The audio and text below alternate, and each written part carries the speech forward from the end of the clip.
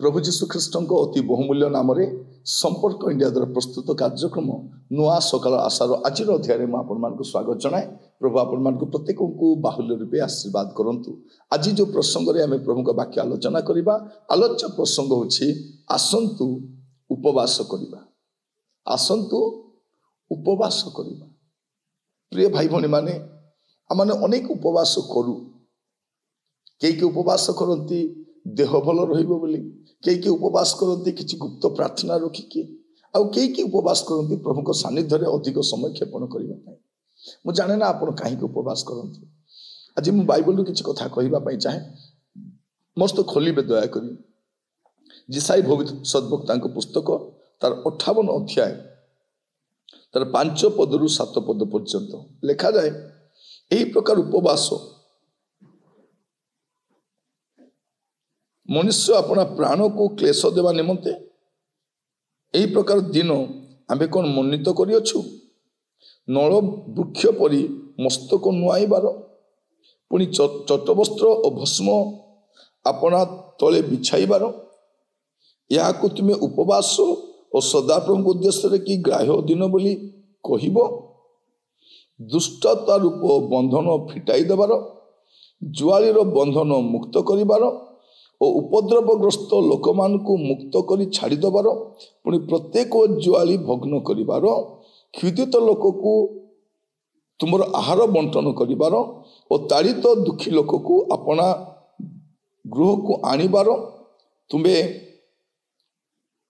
उलंग को देखिले ताकू वस्त्र पिंधाइबार और तुम्हार निज वंशीय लोक मान ठारू अपना को न लुचाइबार। यही प्रकार उपवास आम्भे कि मनित करना। ये लिखा जाउछि उपवास करंतु। आज प्रसंग होछि आसंतु उपवास करिबा, किंतु केमिति उपवास? ए मुह सुखाई कि निजको नम्र कला भलिया देखाई कि ए उपवास प्रभु चाहूना। से कौन चाहूचंती?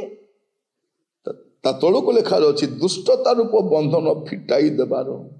जो माने दुष्टतार बंधन रे आबद्ध होई रहिचंती, आमे प्रार्थना करिबा से बंधन रु से मुक्त हुअन्तु।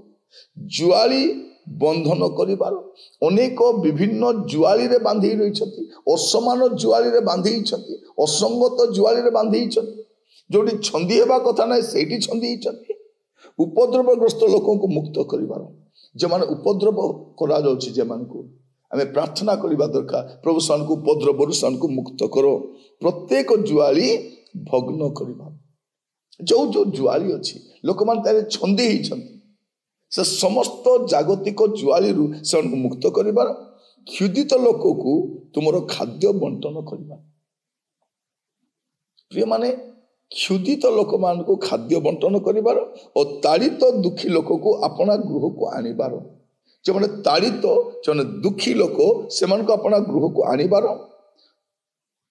तुम्हें उलंग को देखिले ताकू वस्त्र पिंधाइबार और तुमर निज वंशीय लोक ठार आपन को न लुचाइबार। यही प्रकार उपवास कि आमे मनित करिना। माने प्रभु स्पष्ट भाव में कहउछंती आमे जो उपवास करूछु एटा से उपवास नुहे। आमे उपवास कौन करूछु? आमर गोटे तालिका अछि, आमे आमर आवश्यकता को नै आमे गुहारि करूछु। आमे के सप्ताह सारा से प्रार्थना करूछु, के 40 दिन प्रार्थना करूछु, किंतु परमेश्वरंकर निरूपित बा प्रभुंकर संतुष्ट कला भलिया प्रभुंकर निर्देश क्रमे जो उपवास करा जाए एटा से प्रकार उपवास आ प्रभु चाहती आमे एपरी उपवास करू। आज प्रार्थना करने समय वाक्य शुणा समय आम टे चिंता कर देखा जे मु ए प्रकार उपवास करे कि मु एपरि उपवास केबे करिथिली कि प्रभुंकर अनुमोदित उपवास केबे मु करिथिली कि प्रिय माने अधिकांश उपवास रे आमे ही थाउ सेठी आमर समस्या ही थाए अन्य माने न थांती ईश्वर केन्द्रिक उपवास न थाए प्रभुंकर सानिध्य रे आमे बसी थाउ किंतु आमर समस्या नहीं बसी थाउ केवल समस्या पाई प्रभु का पाखु जानतु नहीं से आपन को प्रभु अटंती सेथि पाई मध्य जानतु मन रखि थांतु प्रभु को हस्त रे जहा अछि ता आपन को पाई ता आपन पाइबे ता आपन को निमंत रखा जाय छै किंतु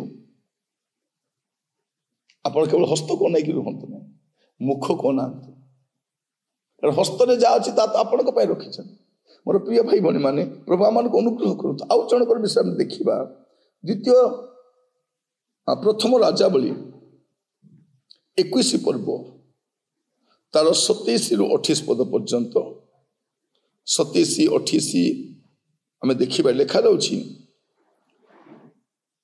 आहाब ए सब कथा सुनते अपना वस्त्र चिरिले अपना देहरे अखा पिंधि उपवास करी अखारे शोइले पुणी धीरे धीरे चलिले पुणी तिस्बी एलियों निकट में सदाप्रभु को वाक्य उपस्थित है जथा आहाब आंभ साक्षात किपरि आपना को नम्र करुछि या कि तुम्हें देखुअछ से आंभ साक्षात आपना को नम्र करबा हेतु आंभे ताहार समय से अमंगल घटाइबा नहीं मात्र ताहार पुत्रर समय ताहार वंश प्रति यही अमंगल घटाइबा जेहेतु ये आम देखुचु जे आहाब से कौन कले अपना को से नम्र करुछंती तांकर जो गर्व थिला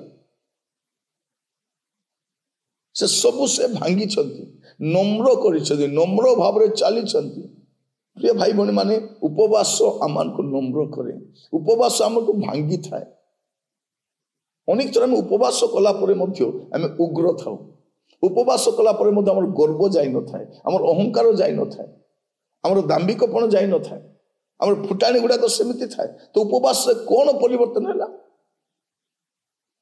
आपण सम्मुख में ये दुईटी पद पर्व रखिली आप चिंता करंतु आगामी समय उपवास करने समय आम समस्त विषय ध्यान देवा दरकार प्रभु आपण आशीर्वाद करंतु प्रार्थना करी अनुग्रहकारी पिता परमेश्वर में आपण कतिक आसुछु आपण वाक्य द्वारा आप मान सहित कथा प्रभु आम अनेक उपवास करूँ किंतु आपणकर अनुमोदित उपवास कर न था